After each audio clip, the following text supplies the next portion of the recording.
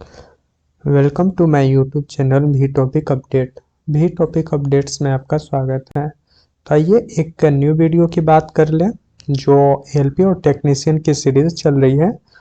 आ, उनके next video की बात कर लें। ये एएलपी और टेक्नीशियन के और आगामी जितने भी रेलवे के एग्जाम है उनके लिए काफ़ी इंपॉर्टेंट रहने वाला है। ये प्रीवियस ईयर का पेपर है एनटीपीसी का, और इसके साथ साथ मैं एएलपी और टेक्नीशियन का भी प्रीवियस पेपर करवाऊंगा। तो आइए देखते हैं आज का पहला क्वेश्चन। तो आज का पहला क्वेश्चन है, बिपिन चंद्र पाल सहित 3 लोकप्रिय स्वतंत्रता सेनानी लाल पाल बाल के रूप में जाने जाते हैं, उनके अन्य 2 कौन थे? यानी कि जो लाल पाल बाल में था, एक तो बिपिन चंद्र पाल था और 2 जो नाम था, तो बाल से हो गया बाल गंगाधर तिलक, और लाल से हो गया लाला लाजपत राय। तो ये तीनों थे, गरम दल के नेता थे। पिछले शिफ्ट में भी ऐसा क्वेश्चन देखने को मिला था कि लाल पाल बाल में कौन कौन थे, और इस शिफ्ट में बिपिन चंद्र पाल के साथ पूछ लिया और 2 कौन थे। तो आइए आगे क्वेश्चन की बात कर लें। एक सॉफ्ट की आवर्तन गति को निर्धारित करने के लिए इस्तेमाल किया जाता है। तो एक शाफ्ट की आवर्तन गति को टेकोमीटर द्वारा नापा जाता है।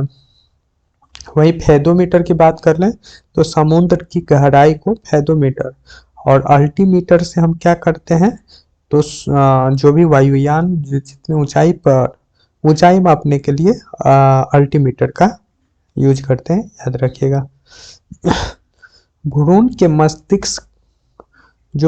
मस्तिष्क को नुकसान पहुंचाने वाला जीका वायरस का वाहक होता है। तो देखिए, जो भी भ्रूण का जो है मस्तिष्क या कुछ भी बोले या जीका वायरस बोले, तो इसका वाहन करता है कौन सा? तो मच्छर द्वारा होता है।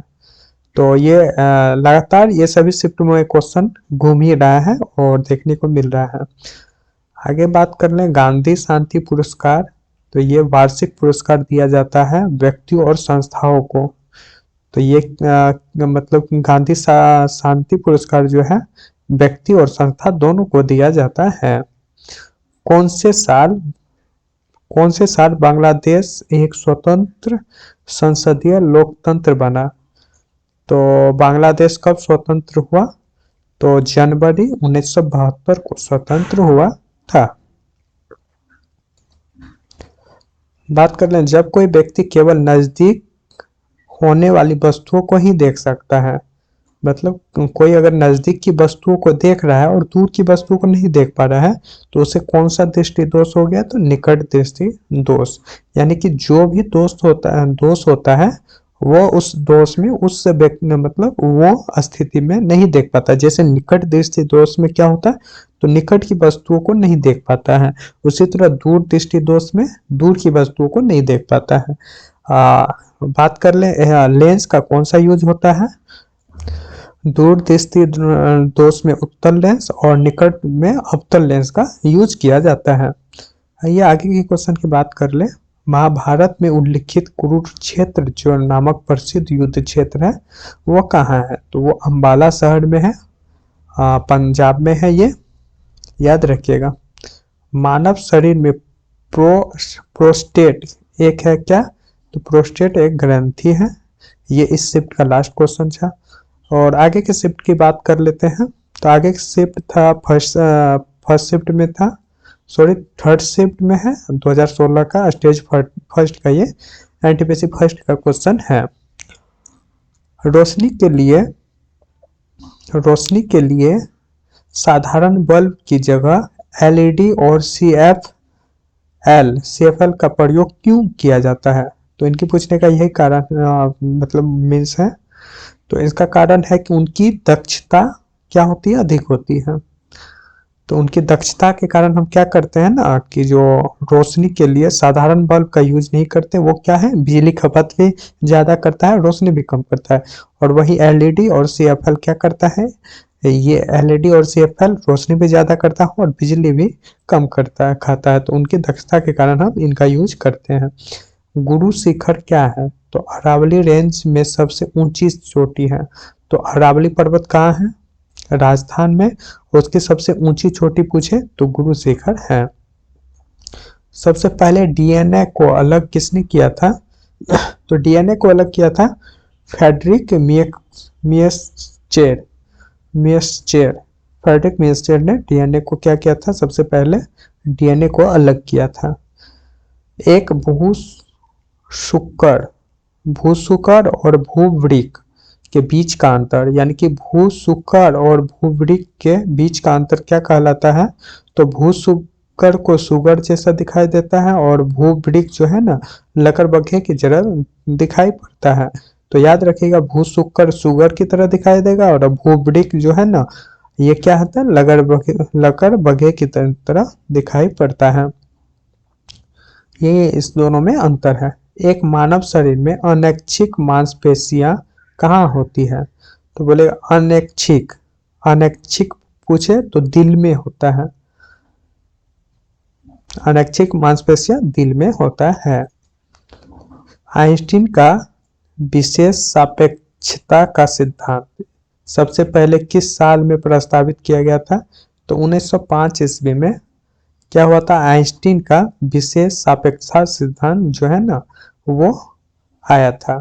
तो इस बार ईस्वी पूछ लिया है तो ईस्वी भी इम्पोर्टेंट हो जाएगा, याद कर लीजिएगा 1905 में। वैसे तो पूछता है सापेक्षता का सिद्धांत किसने दिया? तो आइंस्टीन ने, लेकिन अब ईस्वी भी पूछ लिया जाता है तो याद रखिएगा। बोधायन, मानव, अपस्तम्भ और कात्यायन कौन है? तो ये सभी कौन थे? तो ये प्राचीन भारतीय गणितज्ञ थे। तो ये सभी क्या है? प्राचीन भारतीय गणितज्ञ का नाम है बोधायन, मानव, अपस्तम्भ और कात्यायन। एक प्रमुख टेक्टोनिक प्लेट जो है, यह भारतीय प्लेट जहां भारत स्थित है किस प्राचीन महाद्वीपीय से अलग होती है? तो पूछ रहा है कि जो भी पृथ्वी है वो किसी न किसी प्लेट पर है। तो हमारे जो हम भारत में रहते हैं वो कौन से प्लेट से अलग हुआ था? तो यह गोंडवाना लैंड से अलग हुआ था। बृहदेश्वर मंदिर किस प्रकार की सामग्री से, मतलब बृहदेश्वर जो है ना किस प्रकार की सामग्री से बनाया गया है?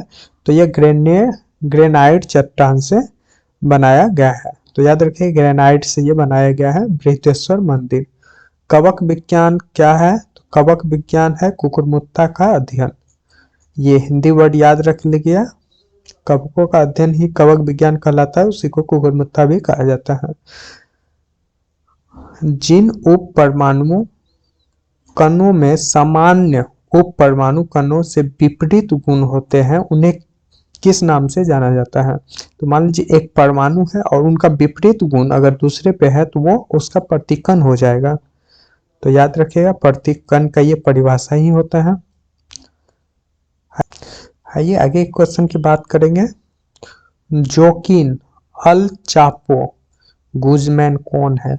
तो ये वैज्ञानिक के नाम है अल चापो। यह था मैक्सिकन ड्रग लॉर्ड।